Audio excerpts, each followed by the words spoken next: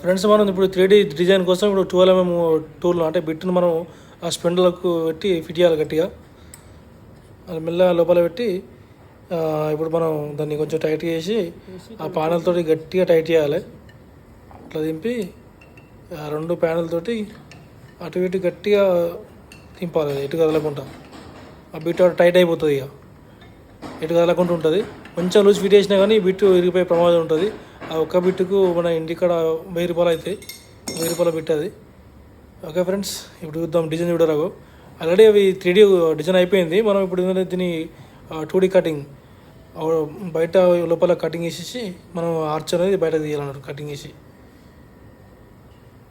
పెద్ద టూల్ అది పెద్ద బిట్ వేసి మనం ఇప్పుడు దాన్ని అవుట్ కటింగ్ చేద్దాం. ఎందుకంటే బీచ్ వుడ్ కదా, బాగా స్ట్రాంగ్ ఉంటుంది కాబట్టి దాని తగ్గట్టు మంచి క్వాలిటీ బిట్ వేయాలి. అవన్నీ యూజ్లెస్ బిట్.